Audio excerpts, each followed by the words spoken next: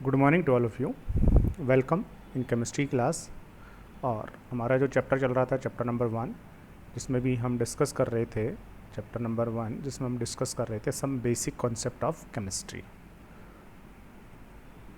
Some basic concepts of chemistry, that's right. Some basic concept of chemistry पढ़ रहे थे, जिसमें से हम atom, atomic mass, molecular mass, molecule, formula mass, ये सब डिस्कस कर चुके थे। आज हमारा वेरी इंपॉर्टेंट टॉपिक है जो कि आपको हर जगह काम आने वाला है, फिजिक्स में भी, केमिस्ट्री में भी, सारी जगह, दैट इज मोल कॉन्सेप्ट। अगर किसी को मोल कॉन्सेप्ट समझ में आ गया तो ये मान लीजिए आपने न्यूमेरिकल के बहुत सारे जो चैप्टर्स हैं वो आपने बहुत ईजी से सॉल्व कर पाएंगे अगर आपको मोल कॉन्सेप्ट समझ में आता है तो। क्योंकि फिजिकल केमिस्ट्री का जो पोर्शन होता है बेटा, उसके अंदर बहुत सारे न्यूमेरिकल्स होते हैं और उन न्यूमेरिकल्स के अंदर आपको मोल कंसेप्ट जो है वो यूज करना होता है, दैट्स राइट। तो ये आपको समझ में आना चाहिए।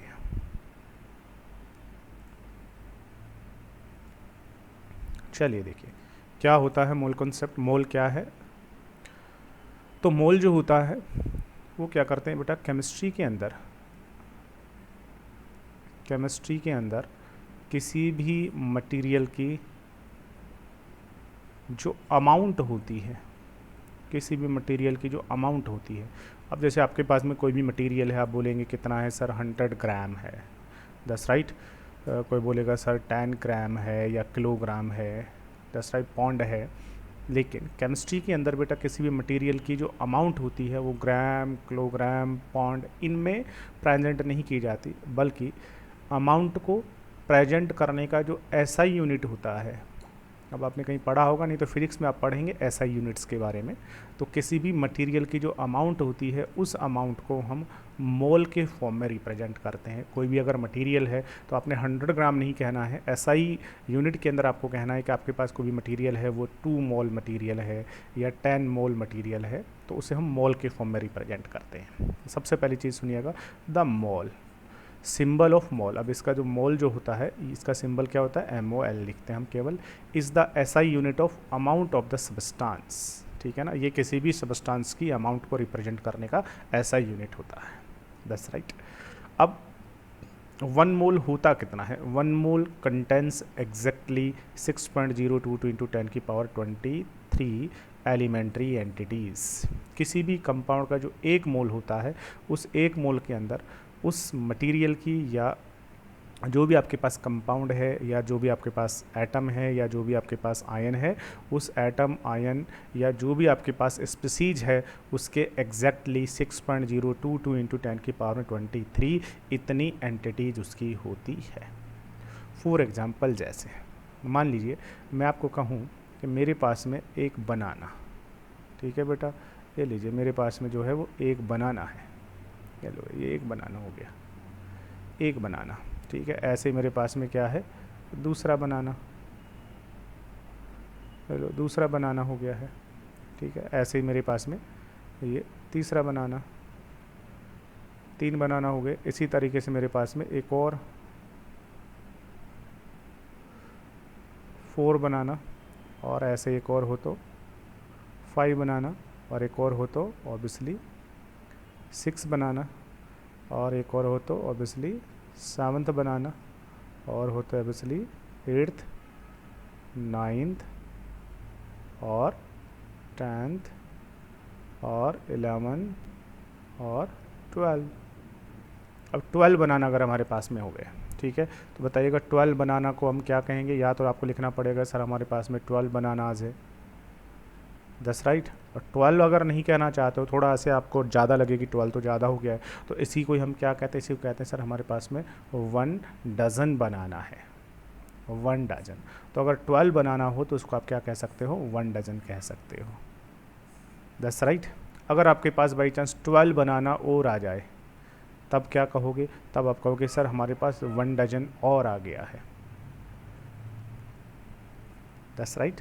तो अगर आपके पास में कितना बनाना हो जाए, आपके पास में 24 अगर बनाना है, तो बताइएगा आप उस 24 बनाना को क्या कहोगे? तो आपको पता है 12 बनाना में 1 डज़न और अगेन 12 में कितना होगा, 1 डज़न, तो 24 में कितने हो गए? तो आप बोलोगे सर 2 डज़न हो गया है। इसी तरीके से मैं आपको कह दूं कि आपके पास में 144 बनाना है। अब बताओ 144 बनाना के अंदर कितने डजन हो जाएंगे? तो आप बोलोगे सर 144 बनाना अगर है तो इसके अंदर डजन अगर काउंट करेंगे तो ऑब्वियसली कितने डजन हो जाएंगे? ऑब्वियसली आपके पास में 12 डजन हो जाएंगे। अब 12 डजन होना भी बहुत ज़्यादा हो गया। इस 12 डजन को ही हम क्या कह देते हैं? इसी को ही हम कह देते हैं कि मेरे पास में एक ग्रॉस, 1 ग्रॉस बनाना है। ठीक है, तो देखिएगा ये 1 बनाना, 2 3 4 5 ऐसे 12 बनाना होते उसको हमने कितना कह दिया? 1 डजन कह दिया। ठीक है, फिर ऐसे 12 डजन हुए तो उसको हमने क्या कह दिया? 1 ग्रॉस कह दिया।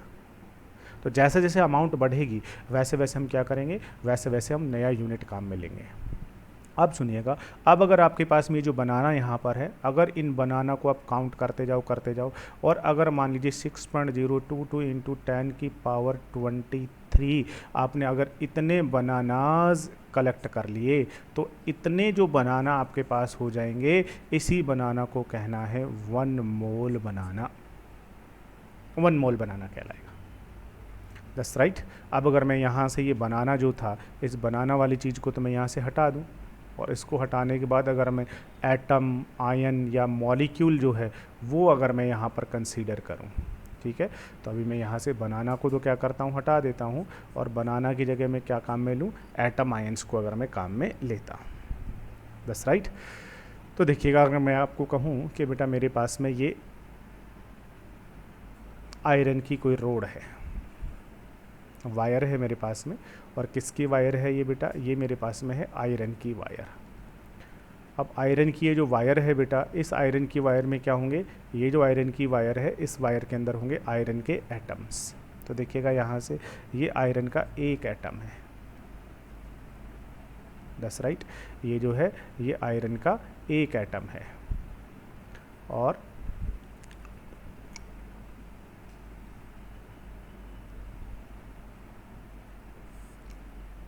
ये आयरन की वायर है, इसमें बहुत सारे एटम्स हैं, और इसका ये जो है ये मेरे पास में आयरन जो है उसका केवल एक एटम है।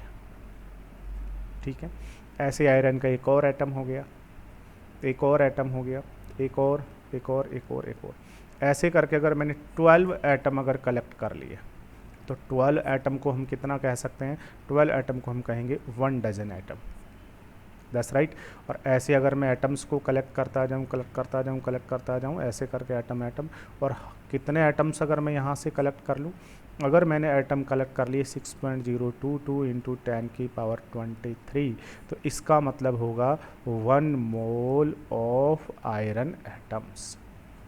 इसका मतलब है कि मैंने आयरन के 1 मोल एटम्स जो है ना वो मैंने बेटा कलेक्ट कर लिए हैं। That's right. अगर मान लीजिए मैं आपको कहूँ कि मेरे पास सोडियम का ये कटायन, तो ये जो सोडियम का आयन है ये कितना है अभी मेरे पास में? ये एक ही है। तो ऐसे ही अगर मैं सोडियम का एक और, सोडियम का एक और, सोडियम का एक और, ठीक है, इस तरीके के मैं सोडियम के जो आयन्स हैं कितने आयन कलेक्ट कर लूँ?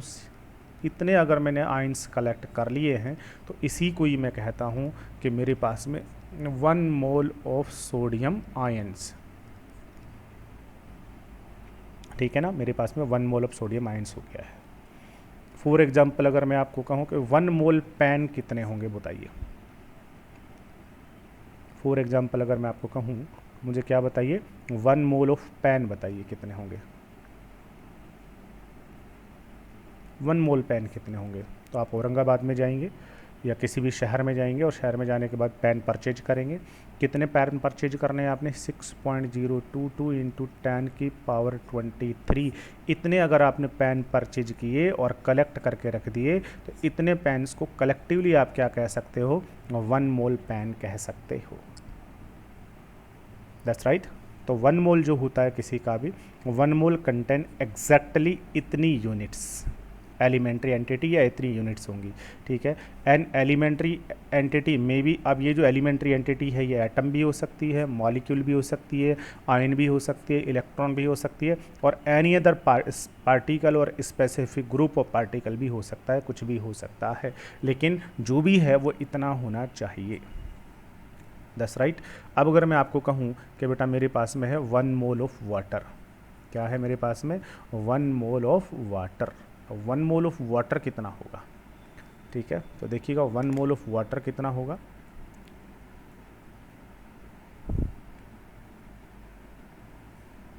यहाँ से देखिएगा 1 mole of water, 1 mole of water कितना होता है? तो आपके पास में क्या होगा, ये कंटेनर है और इस कंटेनर में क्या है, ये आपके पास में कंटेनर है और ये जो कंटेनर है इस कंटेनर में क्या है, वाटर। कह लीजिए ये कंटेनर है, कंटेनर में वाटर है। अब आपको 1 मोल ऑफ वाटर चाहिए, तो यहाँ से क्या होगा, ये जो कंटेनर है इस कंटेनर से आप क्या करेंगे, वाटर का एक मॉलिक्यूल निकालेंगे, फिर वाटर का दूसरा मॉलिक्यूल निकालेंगे, फिर वाटर का तीसरा मॉलिक्यूल, चौथा मॉलिक्यूल, पांचवा, ऐसे करके आपको कितने मॉलिक्यूल्स निकाल लेने हैं, 6.022 इंटू 10⁻23 इतने जो मॉलिक्यूल्स हैं वो आपको निकाल लेने हैं। तो इतने अगर आपने मॉलिक्यूल्स कलेक्ट कर ले, 6.022 इंटू 10⁻23 मॉलिक्यूल्स ऑफ H2O के अगर आपने इतने मॉलिक्यूल्स अगर निकाल लिए हैं तो इसी को ही हम क्या कहेंगे, 1 मोल ऑफ वाटर कहेंगे, 1 mole of water. That's right. तो इस तरीके से ये हमारे पास में हो जाएगा 1 मोल। किसी का भी 1 मोल जो है वो हम बहुत ईजीली बना सकते हैं या बता सकते हैं। आगे सुनेंगे, this number is the fixed numerical value. ये जो 1 मोल का जो नंबर है ये एक फिक्स्ड न्यूमेरिकल वैल्यू होती है ऑफ अवोगैड्रो कांस्टेंट। अवोगैड्रो कांस्टेंट इसको कहते हैं, Na से इसको रिप्रेजेंट करते हैं हम, ठीक है। When expressed in the unit पर मोल, जब हम इसको पर मोल के फॉर्म में, जैसे आपको कहा जाए कि पर मोल वाटर या 1 मोल वाटर, 1 मोल वाटर का मतलब इतने मॉलिक्यूल हो जाएंगे, दैट्स राइट। तो इसे हम पर मोल के फॉर्म में रिप्रेजेंट करते हैं, Na के द्वारा भी लिखते हैं, एंड इज़ कॉल्ड अवोगैड्रो नंबर, और इसी को नंबर को हम क्या कहते हैं, अवोगैड्रो नंबर भी कहते हैं। द अवोगैड्रो कांस्टेंट ये जो नंबर है इसी को ही हम अवोगैड्रो कांस्टेंट कहते हैं, दैट्स राइट। डिफाइन कैसे करते हैं इस अवोगैड्रो कांस्टेंट को, इस नंबर को, 1 मोल नंबर को, is defined as the number of atoms in exactly 12 gram of carbon 12। अब देखिएगा ये नंबर इतना होता कितना है और इसका क्या मतलब है, इस चीज़ को आपको समझना है। अवोगैड्रो ने क्या कहा है, अब जो ये पॉइंट है ये बहुत इंपॉर्टेंट पॉइंट है, ये अगर समझ में आया तो ये मान लीजिए आगे के सारे न्यूमेरिकल्स वगैरह जितने भी हैं वो सब के सब सॉल्व हो जाएंगे। 1 मोल कितना होता है, तो देखिएगा अगर मैं आपको ये कहूँ 1 मोल ऑफ कार्बन 12, इसका मतलब क्या है, 1 मोल ऑफ कार्बन 12 का मतलब क्या होता है बेटा, तो इसका मतलब होता है कि अगर आपके पास में कार्बन हो, तो मान लीजिए आपके पास कोई सैंपल है और ये सैंपल जो है किसका है, कार्बन 12 का, तो ऑब्वियसली यहाँ पर क्या होंगे, कार्बन 12 के बहुत सारे एटम्स होंगे, कार्बन 12 के यहाँ पर बहुत सारे एटम्स होंगे, ये लीजिए ये सारे के सारे कार्बन 12 के एटम्स। अब 1 मोल ऑफ कार्बन 12 चाहिए आपको, तो इसका मतलब होगा कि आपको क्या करना है, यहाँ से एक एटम, दूसरा, तीसरा, चौथा, पांचवा, ऐसे एटम्स, और कितने एटम कलेक्ट करने हैं, 6.022 इंटू 10⁻23 एटम्स कलेक्ट करने हैं, दैट्स राइट। किसके कलेक्ट करने हैं, ऑफ C12 के, कार्बन 12 के इतने एटम कलेक्ट कर लोगे तो यही बन जाएगा 1 मोल। लेकिन अब आपने यहाँ से इतने एटम कलेक्ट तो कर लिए, दैट्स राइट, ये एटम कलेक्ट कर लिए, बट इतने एटम्स का, ये जो एटम्स है ना, इतने एटम्स का कुछ ना कुछ मास भी होगा कि नहीं होगा, मास भी तो होगा इतने एटम्स का, मास कितना होगा, तो मास देखिएगा कितना होगा, ये जो आपने 1 मोल ऑफ कार्बन 12 लिया है इसका ये जो मास नंबर है 12, अब आप क्या कीजिएगा, इसी 12 को ग्राम में रिप्रेजेंट कर दो, तो ये आपके पास आ जाएगा 12 ग्राम, दैट्स राइट। तो इसका जो मास वो 12 ग्राम होगा। इसका मतलब अगर आपने 1 मोल ऑफ कार्बन कहा है, 1 मोल ऑफ कार्बन 12 कहा है, इसका मतलब आपके पास कार्बन 12 के इतने एटम्स होने चाहिए, और इतने एटम्स का जो मास होगा that should be equal with, इसका जो मास नंबर है 12 उसी को ग्राम में लिख दोगे, तो इसका जो मास है is always equal with 12 gram, that's right. इस तरीके से हम उसका जो मास है वो मास कैलकुलेट कर सकते हैं, ठीक है। अब सुनिए, यहाँ से ये जो मैंने कार्बन यहाँ से कलेक्ट किया, कितने कार्बन के एटम्स मैंने कलेक्ट किए, कार्बन के इतने जो एटम्स थे वो मैंने कलेक्ट किए, इन एटम्स को मैंने क्या कहा है, 1 मोल कहा है, और इसका जो मास होगा वो उस कार्बन का जो मास नंबर होता है उस मास को आपने ग्राम में रिप्रेजेंट करना है, यही आपके पास 1 मोल होगा। अब अगर मैं आपको ये कह दूं कि बेटा मेरे पास में मान लीजिए अब यहाँ से मैंने क्या किया, इतना ही मास और कलेक्ट कर लिया, कार्बन लिया और कार्बन का मास मैंने कितना और ले लिया, यहाँ से 12 ग्राम अगर मास और ले लिया, तो कार्बन 12 का जब मैं 12 ग्राम मास ले लूँगा तो इसका मतलब मैंने 1 मोल और ले लिया, तो ये एक 1 मोल और होगा। और इस 1 मोल में भी कार्बन के एटम्स कितने होंगे, इस 1 मोल में भी कार्बन के जो एटम्स है वो 6.022 इंटू 10⁻23 एटम्स ही होंगे। और ये जो 12 ग्राम अमाउंट जो है जिसमें इतने एटम्स हैं, इसी को ही हम कहेंगे 1 मोल। दस राइट, मास कितना लिया है 12 ग्राम, इसका मतलब इसमें 6.022 इंटू 10⁻23 एटम्स होंगे ऑफ कार्बन 12, और ये जो अमाउंट है ये अमाउंट ही किसके बराबर होगी, 1 मोल कार्बन के बराबर होगी। क्वेश्चन बहुत इजी सा क्या हो सकता है, बहुत इजी सा क्वेश्चन जो है वो हो सकता है। देखिएगा क्या क्वेश्चन हो सकता है बेटा, बहुत इजी सा जो क्वेश्चन है वो क्वेश्चन यहाँ से हो जाएगा। बहुत इजी सा जो क्वेश्चन है वो क्वेश्चन आपका यहाँ से हो जाएगा कि मान लीजिए आपके पास में कार्बन का सैंपल है, आपके पास ये कार्बन का सैंपल है, कार्बन 12 का सैंपल है, ठीक है। अब इस कार्बन 12 का ये जो सैंपल है, मान लीजिए ये जो सैंपल है ये सैंपल है 60 ग्राम। दस राइट, कार्बन 12 का सैंपल है और कितना सैंपल है ये कार्बन 12 का, 60 ग्राम आपने सैंपल लिया हुआ है। अब आप ये बता दीजिए अगर आपने 60 ग्राम सैंपल लिया हुआ है तो इस सैंपल में कार्बन के number of moles of carbon 12, तो ये जो कार्बन 12 आपके पास में है इसके कितने मोल्स यहाँ पर होंगे, ठीक है। और ये इतना जो सैंपल लिया है ऑब्वियसली इसमें कार्बन के एटम्स होंगे, तो आपको बताना क्या है, आपको बताना है total number of carbon 12 atoms, इसमें कार्बन 12 के कितने एटम्स होंगे उनका नंबर भी बता दीजिए। दैट्स राइट, इस तरीके के न्यूमेरिकल हो सकते हैं, ये बहुत सबसे सिंपलेस्ट न्यूमेरिकल है, that is very simplest numerical. तो कार्बन का आपके पास जो सैंपल है वो कितना है 60 ग्राम, ठीक है। उसमें आपको नंबर ऑफ मोल्स बताना है। मोल्स कैसे बताएंगे, तो आपको यहाँ से ये थ्योरी जो है याद होनी चाहिए। आप कहोगे कि सर कार्बन 12 अगर हमारे पास में है तो इसका जो मास है ये है 12, तो इस 12 मास को ही अगर हम ग्राम में लिख देंगे that is 12 gram, 12 gram of carbon जो होगा ये कार्बन ही हमारा 1 मोल होगा,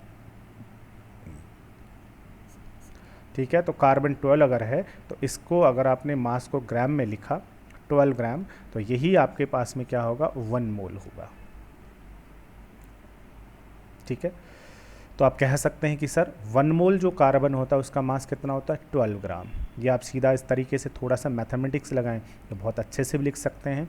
आप लिख सकते हैं कि 12 ग्राम ऑफ कार्बन 12 में कितना नंबर ऑफ मोल्स होता है, इसमें 1 मोल होता है। 12 ग्राम कार्बन में 1 मोल कार्बन होता है, तो फिर बताइए 1 ग्राम ऑफ कार्बन में कितने मोल्स होंगे, 1 ग्राम ऑफ कार्बन में बताओ नंबर ऑफ मोल्स, तो 12 ग्राम में 1 मोल होता है, तो 1 ग्राम में कितना होगा, तो 1 में कैलकुलेट करने के लिए इससे डिवाइड लगाना पड़ेगा, तो 1/12 मोल होगा, दैट्स राइट। और आपके पास में जो कार्बन का अमाउंट है वो 1 नहीं, आपके पास तो कितना है 60 ग्राम है, तो फिर इस हिसाब से 60 ग्राम ऑफ कार्बन 12 है, तो इसमें बताइए नंबर ऑफ मोल्स कितना होगा।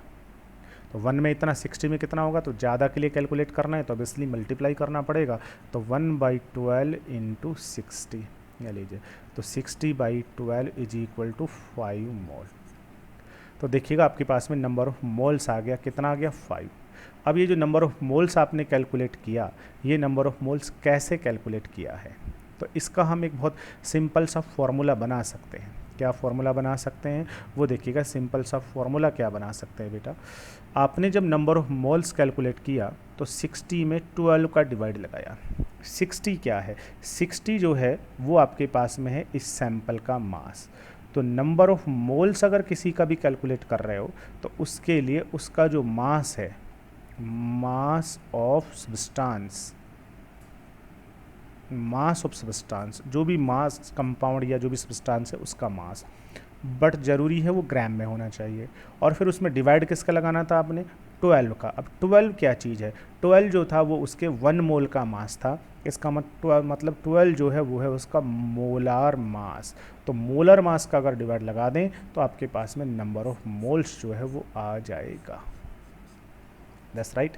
उसके बाद total number of carbon atom, total number of carbon atom बताइएगा, कार्बन के टोटल नंबर ऑफ एटम कितने होंगे। तो आपको पता है 1 मोल जो होता है उसमें कितने एटम्स होंगे कार्बन के, तो 1 मोल किसी का भी हो उसमें एंटिटी कितनी होंगी 6.022 इंटू 10 की पावर 23 होंगी।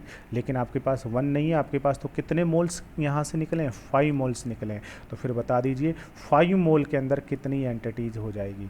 1 में इतना, 5 के लिए क्या कर दीजिए मल्टीप्लाई कर दीजिए, तो 5 इंटू 6.022 इंटू 10 की पावर 23, ये लीजिए इतने आपके पास हो जाएंगे नंबर ऑफ एटम्स।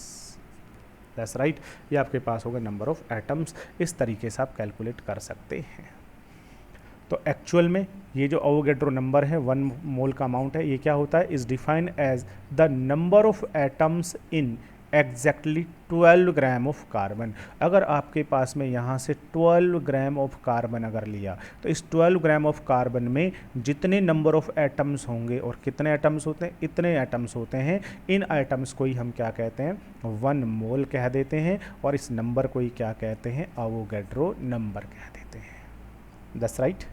आगे, the mole is the amount of substance of system that contain, mole कितना होता है, तो किसी भी सब्सटेंस का वो अमाउंट जिसमें 6.022 इंटू 10 की पावर 23 इतनी स्पेसिफाइड एलिमेंट्री एंटिटीज़ होती हैं। इतने एटम्स हों या इतने मॉलिक्यूल्स हों या इतने आयन्स हों, इतना इलेक्ट्रॉन हो, इतना पॉजिटिव आयन हो, ठीक है ना, इतनी एंटिटी जब भी हो जाएगी तो वो अमाउंट उसका 1 मोल बन जाता है। That's right. तो 1 मोल ऑफ एनीथिंग, किसी का भी 1 मोल जो होता है वो कितना होता है 6.022 इंटू 10 की पावर 23 नंबर्स होता है।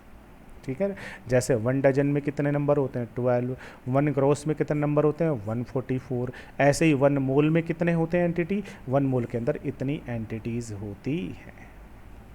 दैट्स राइट, ये हुआ है आपका 1 मोल। इसके बाद अब थोड़ा और आगे समझते हैं, फिर कुछ न्यूमेरिकल सॉल्व करेंगे। अब हम समझते हैं मोलार मास, समझते हैं molar mass. Molar mass, molecular नहीं, मोलर मास। मोलर मास का मतलब क्या होता है, मास of 1 mole of a substance, किसी भी सब्सटेंस के 1 मोल का मास इन ग्राम, ग्राम में अगर आपने वो मास लिख दिया है, किसी भी सब्सटेंस के 1 मोल का मास ग्राम में लिखोगे, it's called its molar mass, इसी को ही हम उसका मोलर मास कहते हैं। फॉर एग्जाम्पल, जैसे हम कार्बन की बात कर रहे थे, कार्बन का एटॉमिक मास कितना होता है 12। तो अगर आपके पास में ये कार्बन का सैंपल हो तो यहाँ कार्बन के बहुत सारे एटम्स होंगे। That's right. अगर हम यहाँ से कार्बन के जो एटम्स हैं और इसमें से इन सारे एटम्स में से हम कितने एटम्स को यहाँ ले लें 6.022 इंटू 10 की पावर 23, इतने अगर आपने एटम्स ले लिए, काउंट करके इतने एटम्स आपने निकाल लिए। दैट्स राइट, इतने एटम्स तुमने निकाल लिए। तो इतना एटम जब ले आप कलेक्ट कर लोगे तो दैट अमाउंट नोन एज 1 मोल, यही 1 मोल होगा। बट क्वेश्चन राइज होता है कि सर ये जो 1 मोल हमने इतने एटम्स कलेक्ट किए, इस 1 मोल का मास कितना होगा। जो भी यहाँ से मास आएगा उस मास को ही हम कहेंगे मोलार मास, मास ऑफ 1 मोल। इतने 1 मोल का मतलब इतने एंटिटीज़, इतने एटम्स, इतने मॉलिक्यूल, इतने आयंस। That's right. अब ये मास होगा कितना, तो देखिएगा ये मास कितना होता है, तो ये मास होता है कार्बन का जो मास नंबर है 12, इस 12 को ही आप यहाँ ग्राम में रिप्रेजेंट कर दीजिए, 12 ग्राम, ये लीजिए, ये हो जाएगा कार्बन का मोलर मास।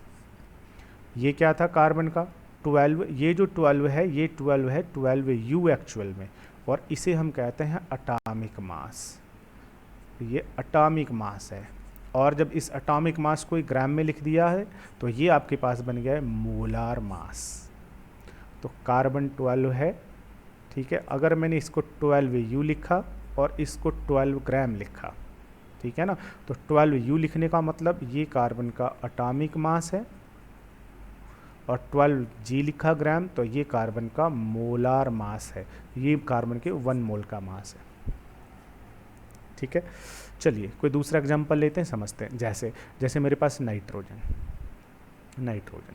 अब नाइट्रोजन जो होता है उसका एटॉमिक नंबर तो 7 होता है, लेकिन यहाँ कहीं एटॉमिक नंबर का कोई रोल नहीं है, सीधा रोल है मास नंबर का। नाइट्रोजन का मास नंबर होता है 14। ठीक है बेटा, अब देखिए अगर मेरे पास नाइट्रोजन का कोई सैंपल है, वहाँ से इस सैंपल में से अगर मैंने कितने नाइट्रोजन कलेक्ट कर लिए, 6.022 इंटू 10⁻23 इतने अगर मैंने एटम्स ऑफ नाइट्रोजन ले लिए, इतने एटम्स अगर नाइट्रोजन के ले लूँ, तो ये अमाउंट मेरी क्या बन जाएगी, ये जो अमाउंट है ये बनेगी 1 मोल ऑफ नाइट्रोजन बन गई है। अब इस 1 मोल का मास कितना होगा, तो देखिएगा इसके 1 मोल का इसका मास कितना होगा, तो कार्बन के एक एटम का मास कितना है 14। अब आपको क्या करना है, इसी 14 को ग्राम में लिखना है, येलो, ये बन गया नाइट्रोजन का मोलार मास। मोलर मास का मतलब मास ऑफ 1 मोल। ठीक है,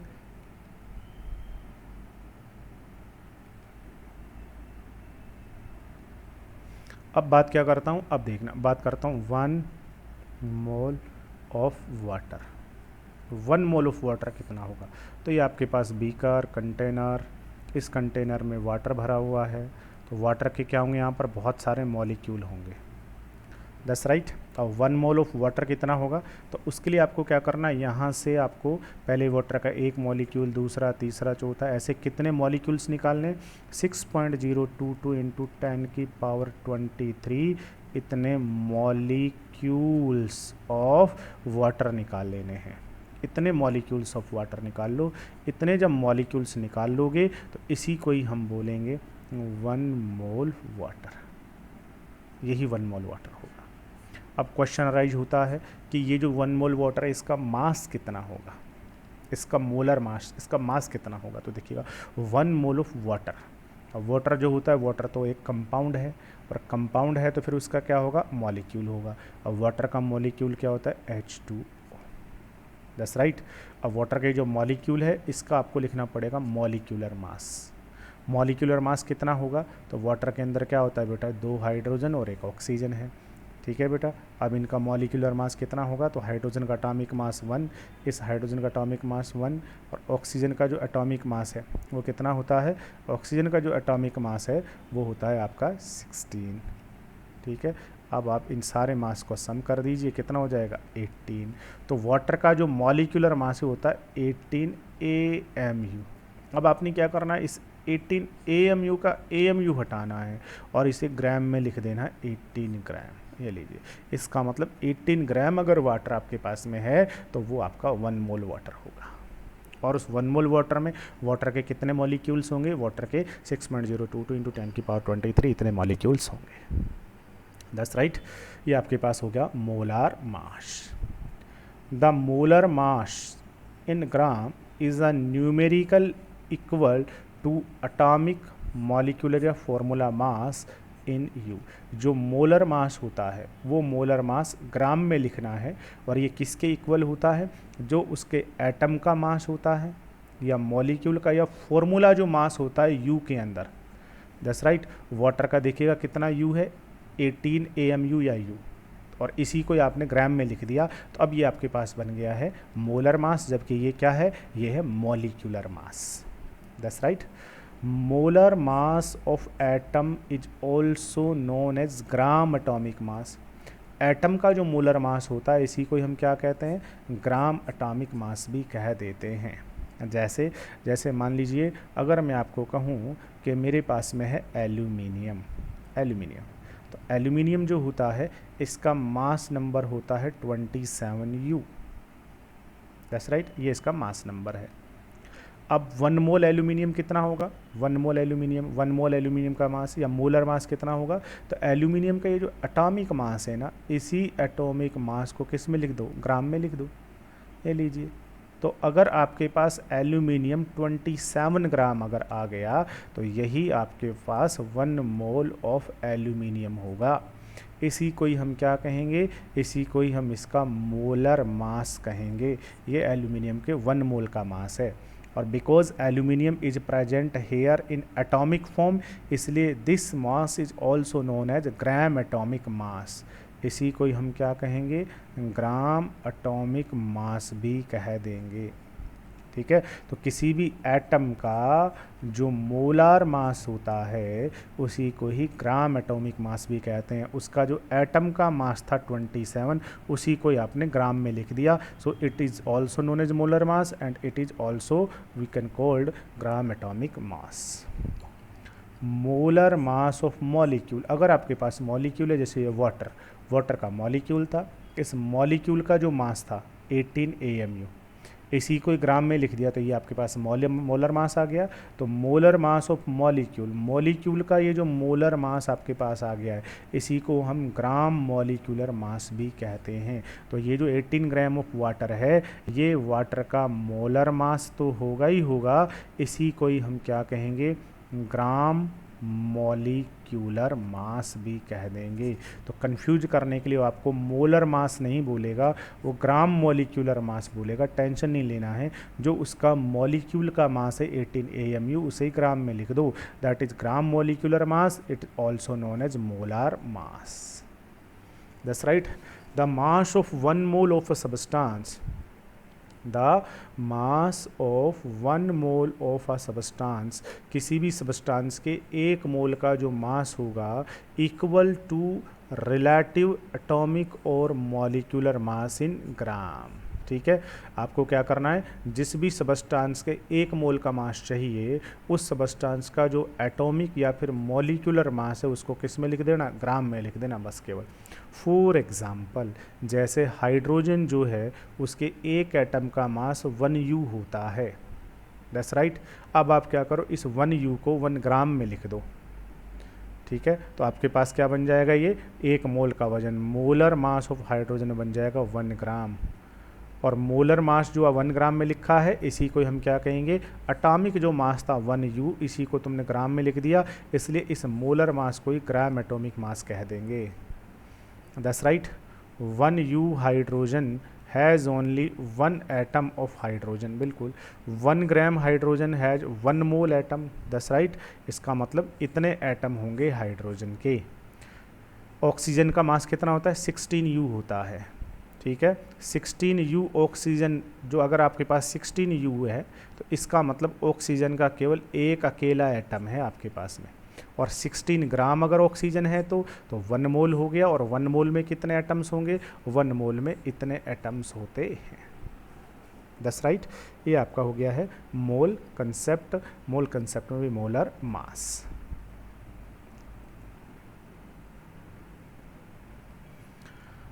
अब देखिएगा, मॉलिक्यूलर मास ऑफ वाटर का मॉलिक्यूलर मास कितना होता है, 18U होता है। अब इस 18U को ग्राम में लिख दिया आपने। दैट्स राइट, ग्राम में लिखोगे तो यही क्या बन जाएगा, उसका मोलर मास। और इसी को क्या कहेंगे, ग्राम मॉलिक्यूलर मास, क्योंकि मॉलिक्यूल के मास को ग्राम में लिखा तो ये इसका मोलर मास भी होगा। और इसी को ही हम क्या कह देंगे, इसी को हम कहेंगे ग्राम मॉलिक्यूलर मास। ठीक है, 18U ऑफ वाटर, अगर आपके पास 18U है तो इसका मतलब उसमें वाटर का एक ही मॉलिक्यूल होगा बस।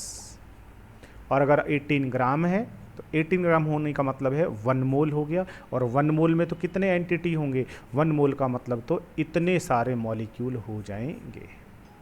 दैट्स राइट, ये आपके पास हो गया। A mole is the chemist count unit. Mole जो है, उस मोल को हम क्या कहते हैं, केमिस्ट की काउंटिंग यूनिट, या केमिस्ट्री जो है उसकी काउंटिंग जो यूनिट है वो मोल होती है। Mole relate the mass in gram to the number. That's right.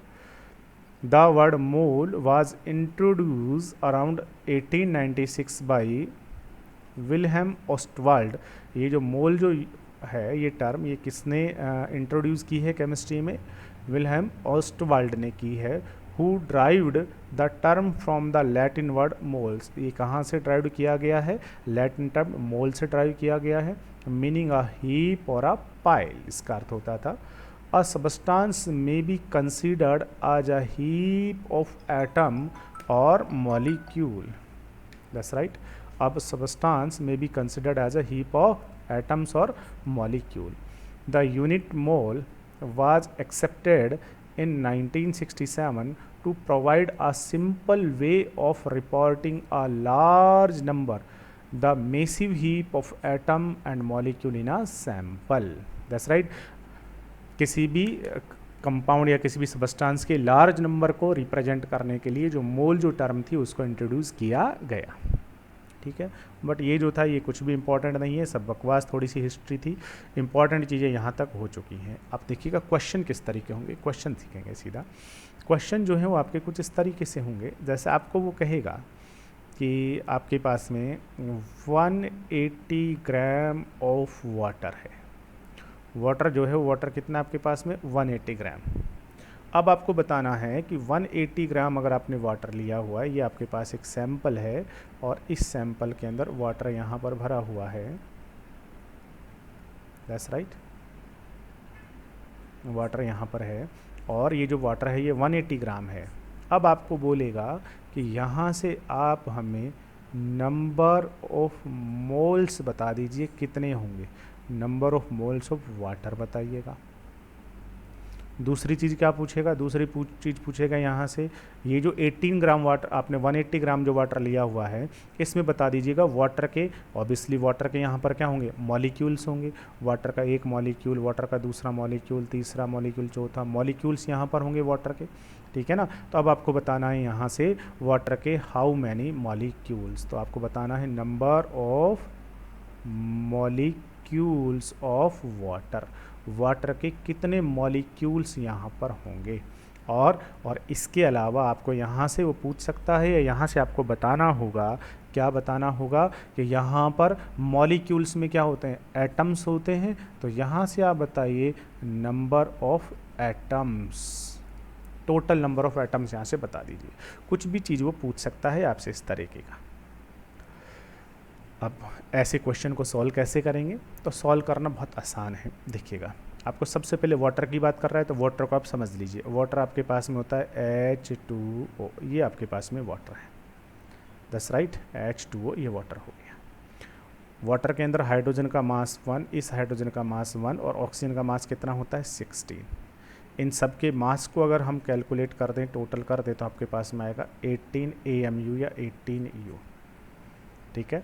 अब ये जो 18 U है ये इसका मोलिक्यूलर मास है, क्यूलर मास, मोलिकुलर का मास मतलब क्या है, मास ऑफ वन मॉलिक्यूल है ये, that is mass of one molecule, mass of one molecule of water, water के वन मॉलिक्यूल का मास है कितना 18 U। अब आपको क्या करना है, अब बेटा आपको यहाँ से क्या करना है, ये जो 18 U है इस U को हटाना है और U को हटा के आपको 18 ग्राम लगा देना है। जैसे आप यहाँ से 18 ग्राम लगा देंगे, ग्राम लगाते ही अब ये क्या बन गया, अब ये बन गया इसका मोलर मास, ये मोलर मास हो गया, दैट्स राइट। मोलर मास का मतलब क्या हो गया, ये हो गया mass of one molecule of water, water के एक मॉलिक्यूल का मास हो गया है ये, सॉरी वन मॉलिक्यूल नहीं, वन गलत हो गया, एक मॉलिक्यूल का नहीं है ये मोलर मास है, इसका मतलब ये mass of one mole of water, water के वन मोल का मास हुआ है ये हुआ है one mass of one mole of water, water के एक मोल का मास हो गया है कितना 18 ग्राम। तो देखिएगा एक मॉलिक्यूल का मास कितना हुआ है, वन मॉलिक्यूल का 18 U है, बट एक मोल का कितना है इतना, दैट्स राइट। और एक मोल का मतलब क्या होता है 6.022 इंटू 10 की पावर 23 इतने मॉलिक्यूल्स। तो इतने जो मॉलिक्यूल्स हैं किसके, ऑफ वाटर, इनका मास है 18 ग्राम। तो 18 ग्राम अगर आपके पास में वाटर हो तो आपके पास में वो वाटर कितना होगा 1 मोल हो जाएगा। तो 18 ग्राम जो है वो मोलर मास है, 18 ग्राम का मतलब होता है 1 मोल वाटर। बस अब आपका आंसर आ जाएगा। क्या पूछा उसने? नंबर ऑफ मोल्स पूछा है वाटर के, बताओ कितने मोल होंगे। सीधा फॉर्मूला लगाएं या समझ के कर लें? तो समझ के करोगे तो आपको कहना पड़ेगा कि सर 18 ग्राम के अंदर 1 मोल होता है, तो 180 में कितना होगा। सीधा बोलोगे, क्या बोलोगे आप? कहोगे कि सर 18 ग्राम वाटर हैज़ 1 मोल, इसमें होता है मोल 1। तो 1 ग्राम वाटर में कितना होगा? तो 1 में कैलकुलेट करने के लिए डिवाइड लगाएंगे तो 1/80 मोल हो 18 मोल होगा। और वाटर हमारे पास तो 118 ग्राम है, तो इसमें कितना होगा? तो 180 मल्टीप्लाई बाई 180। ले लीजिए, इसको सॉल्व करोगे क्या आ जाएगा? 180/18 इज इक्वल टू 10 मोल आ गया। ठीक है, तो 10 मोल यहाँ पर वाटर के होंगे, 10 मोल आ गया। ऐसे करिए, या फिर सीधा हमने फॉर्मूला आपको बताया हुआ है, अगर आपको थोड़ा सा भी याद हो। फॉर्मूला क्या था? फॉर्मूला जो तो वो था number of moles, number of mole is equal to क्या होता है? इज इक्वल टू होता है गिवन मास, किसी का भी गिवन मास, बट जरूरी हो ग्राम में होना चाहिए। और फिर उसे डिवाइड किससे करना है? डिवाइड कर दीजिए मोलर मास से। ये लो, गिवन मास कितना है, कितना वाटर आपको दिया हुआ है? 180 ग्राम दिया हुआ है। तो क्या करेंगे? 180 gram divided by molar mass. बताइए वाटर का मोलर मास ये खुद कैलकुलेट करना पड़ेगा। तो जो मोलर मास है वो है 18 ग्राम। ये लीजिए, कैलकुलेट कीजिए, इज इक्वल टू 10 मोल आ गया कि नहीं आ गया? ले लो। अब पूछ रहा है नंबर ऑफ मॉलिक्यूल, वाटर के कितने मॉलिक्यूल होंगे? तो आपको पता है 18 ग्राम का मतलब 1 मोल, और 1 मोल में कितने मॉलिक्यूल है? इतने मॉलिक्यूल है 1 मोल में। और यहाँ से 180 में कितने मोल बन गए? 10 मोल। तो बताओ कितने मॉलिक्यूल आ जाएंगे? सीधा निकाल सकते हैं। तो आप कहोगे कि सर वी नो 1 जो मोल होता है इसमें होता है 6.022 इंटू 10 की पावर 23 मॉलिक्यूल्स। 1 मोल में इतने, तो फिर बताओ 10 मोल्स में कितने होंगे? तो 10 से मल्टीप्लाई कर दो, 6.022 इंटू 10 की power 23 into 10 is equal to क्या आ जाएगा? तो एक पावर और ऐड हो जाएगी, 6.022 इंटू 10 की पावर 24 हो जाएगी। That's right. तो नंबर ऑफ मॉलिक्यूल कैलकुलेट करना है आपको, नंबर ऑफ मॉलिक्यूल या नंबर ऑफ एटम्स कैलकुलेट करना है। तो जो अवोगैड्रो नंबर होता है उस अवोगैड्रो नंबर को किससे मल्टीप्लाई कर दो? नंबर ऑफ मोल से मल्टीप्लाई कर दो। या लीजिए, इसको मैं n लिख दूँ, तो नंबर ऑफ मोल से मल्टीप्लाई कर दीजिए। Number of mole of water, इसको मैं n कह दूँ, n इज इक्वल टू ये, और फिर n को इससे मल्टीप्लाई कर दीजिएगा। अब पूछ रहा है नंबर ऑफ एटम्स।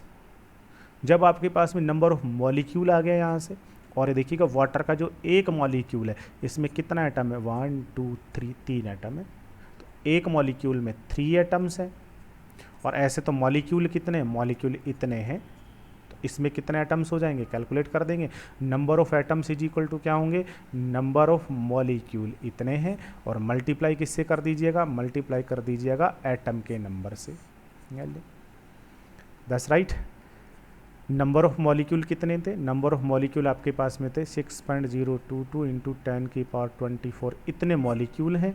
और 1 molecule have 3 atoms, than these number of molecules have 3 से सीधा मल्टीप्लाई कर दीजिए, क्या आ जाएगा? 66018 इंटू 10 की पावर 24 एटम्स। तो इसमें टोटल जो एटम्स हैं वो इतने होंगे। इस तरीके से हम किसी भी क्वेश्चन को सॉल्व कर सकते हैं।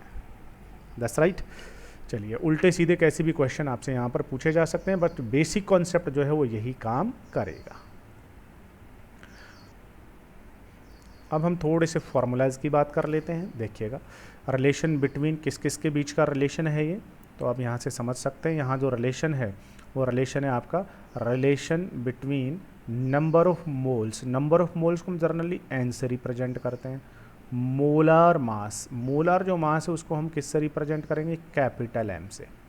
और अवोगैड्रो कांस्टेंट या अवोगैड्रो नंबर, जिसको हम Na से लिखेंगे। That's right. Number of moles n, mass in ग्राम को m से ही लिख रहे हैं, स्मॉल m से। ठीक है। मोलर मास, मोलर मास कह दीजिए, या ग्राम पर मोल कह सकते हैं इसको। हर मोल का ग्राम में जो मास है उसको कैपिटल M कह रहे हैं। That's right. और उसके बाद में नंबर ऑफ पार्टिकल्स जो है या नंबर ऑफ एटम्स जो है वो हम क्या है, उसको हम लिखा है कैपिटल N से। ठीक है। अब देखिएगा, अब यहाँ पर सबसे पहले आपको निकालना है, क्या निकालना है? आपको निकालना है नंबर ऑफ मोल्स। बताइए नंबर ऑफ मोल्स कैसे निकालते हैं? Number of moles, number of moles. Number of moles का मतलब n। नंबर ऑफ मोल्स किसी का भी कैसे निकालना है, थोड़ी देर पहले हमने फॉर्मूला पढ़ा कि किसी का भी अगर मोल्स कैलकुलेट करना है आपको, तो आपको उसका मास लिखना पड़ेगा, ठीक है। तो आपको लिखना पड़ेगा उसका गिवन मास, लेकिन वो भी किस में होना चाहिए, ग्राम में, और फिर डिवाइड किससे लगा दीजिए, डिवाइड लगा दीजिए उसके मोलर मास से। That's right. तो number of moles n is equal to given mass, given जो मास होता है, मास इन ग्राम, गिवन जो मास होता है वो है आपका m ग्राम, डिवाइड मोलर मास, मोलर जो मास है उसको हम किससे लिख रहे हैं, कैपिटल M से, यानी ऐसे करके आ जाएगा नंबर ऑफ मोल्स आ जाएगा, ठीक है। अगर आपको नंबर ऑफ पार्टिकल्स चाहिए, नंबर ऑफ पार्टिकल्स चाहिए, नंबर ऑफ पार्टिकल्स चाहिए, तो क्या करेंगे, आपको पता है नंबर ऑफ पार्टिकल्स निकालने के लिए एक जो मोल होता है उसमें कितने होते हैं, n पार्टिकल होते हैं, तो n मोल में कितने होंगे, तो उसको किससे मल्टीप्लाई कर दीजिए, n से मल्टीप्लाई कर दीजिए, या लीजिए।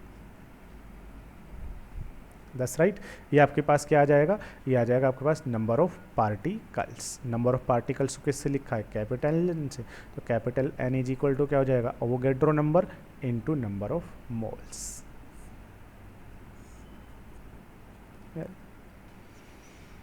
ठीक है, तो इस तरीके से हम इसे कैलकुलेट कर सकते हैं। नंबर ऑफ मोल्स n है, ठीक है, n इज इक्वल टू इतना होता है, तो यहाँ से n हटा के ये भी लिख सकते हैं, तो number of particle n is equal to n तो रहेगा ही, इंटू n की जगह क्या आ जाएगा आपका, small m upon capital M, ऐसा भी कर सकते हैं। ये होगा आपके पास नंबर ऑफ पार्टिकल्स। पार्टिकल का मतलब नंबर ऑफ एटम्स या फिर नंबर ऑफ मॉलिक्यूल, जो भी आपने पूछा हो, ठीक है। ये बेसिक फार्मूले हैं। अब आपको ये जो फार्मूले हैं, ये फार्मूले थोड़ा सा माइंड में बिठा लेना चाहिए कि मोल कैसे कैलकुलेट करते हैं, ग्राम में मास कैसे निकाला जाता है, मोलर मास कैसे होता है, फिर उससे नंबर ऑफ मॉलिक्यूल कैसे कैलकुलेट करते हैं। अब क्वेश्चन बेशक कितना ही कठिन क्यों ना हो, हम बहुत आसानी से कैलकुलेट कर सकते हैं। जैसे फॉर एग्जांपल कुछ अलग तरीके का भी क्वेश्चन हो सकता है। क्वेश्चन ऐसे हो सकता है, क्वेश्चन बहुत सिंपल सा अगर मैं कहूँ तो वो हो सकता है, calculate the mass of 2 mole of methane. Methane के 2 मोल का मास बता दो क्या होगा। 2 मोल का मास कैसे बताएं भाई, मीथेन याद होना चाहिए पहले तो, CH4 में एक कार्बन, 4 हो गए हाइड्रोजन, कार्बन का मास 12,1,1,1,1, सबका सम करोगे इज इक्वल टू 16। अगर U लिख दिया तो ये तो है इसका एक मॉलिक्यूल का मास, 16U जो है that is molecular mass, mass of 1 molecule. अब आपको चाहिए इसके 1 मोल का मास, तो इस 16U को ही किस में लिख दीजिए, 16 ग्राम में, that is mass of 1 mole of methane. Methane के 1 मोल का मास है ये, 1 मोल का 16 ग्राम है, तो फिर 2 मोल का कितना होगा, तो ऑब्वियसली 16 इंटू 2 कीजिए इज इक्वल टू 32 ग्राम। ये होगा mass of 2 mole of methane. Methane के 2 मोल का मास इतना हो जाएगा, या सीधा सीधा सा कैलकुलेट कर सकते हैं। That's right. तो इसके बहुत सारे न्यूमेरिकल प्रॉब्लम हो सकते हैं, और इसका PDF होगा जो मैं सेंड कर दूंगा आपको, तो आप वहाँ से इसके जितने भी न्यूमेरिकल्स हैं मोल कॉन्सेप्ट से रिलेटेड, वो सारे के सारे बहुत इजीली सॉल्व कर सकते हैं। Okay, thank you.